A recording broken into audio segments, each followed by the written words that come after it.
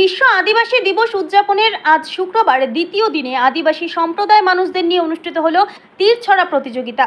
এই প্রতিযোগিতায় প্রথম, দ্বিতীয়, তৃতীয়দের পুরস্কার দেওয়া হবে। পুরস্কারে রয়েছে তীর ধনুক, ধামসা মাদল, কাসর সহ বিভিন্ন সরঞ্জাম।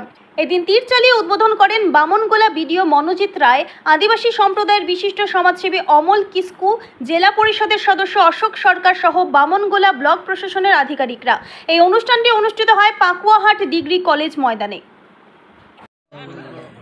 বিশ্ব আদিবাসী দিবসে দ্বিতীয় দিন আমরা 7 তারিখে মমতা বন্দ্যোপাধ্যায় ঝাড়গ্রাম থেকে শুরু করেছিলেন বিশ্ব আদিবাসী দিবস। অ্যাকচুয়ালি এটা 9 আগস্ট 9 তারিখে সূচনা হয়। 9 তারিখের দিনে গোটা বিশ্ব আদিবাসী দিবসটা স্বীকৃতি দিয়েছিল।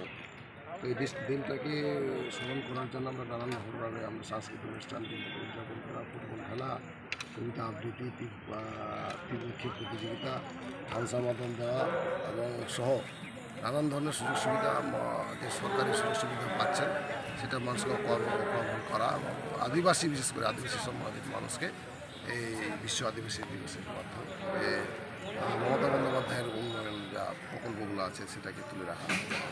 আজকে বিশেষ করে কি হচ্ছে? আজকে বিশেষ করে আজকে দ্বিতীয় দিন এবং আজকে আমাদের তীর নিক্ষেপ প্রতিযোগিতায় হচ্ছে এবং কবিতা আবৃত্তি এবং মানে প্রবন্ধ লেখা এবং এই যে আদিবাসী দিয়ে অলচিকি লেখা একটা প্রতিযোগিতা হচ্ছে।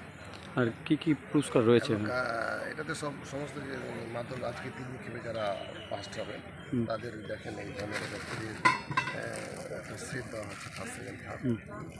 ঠিক আছে, যারা নাচে অংশগ্রহণ করবে তাদেরকে মাধ্যম সেট দেওয়া হবে। আচ্ছা, আপনার নাম? আমার নাম অমল কিস্কু, আমি আরটি বোর্ডের সদস্য, বিশিষ্ট সমাজসেবী।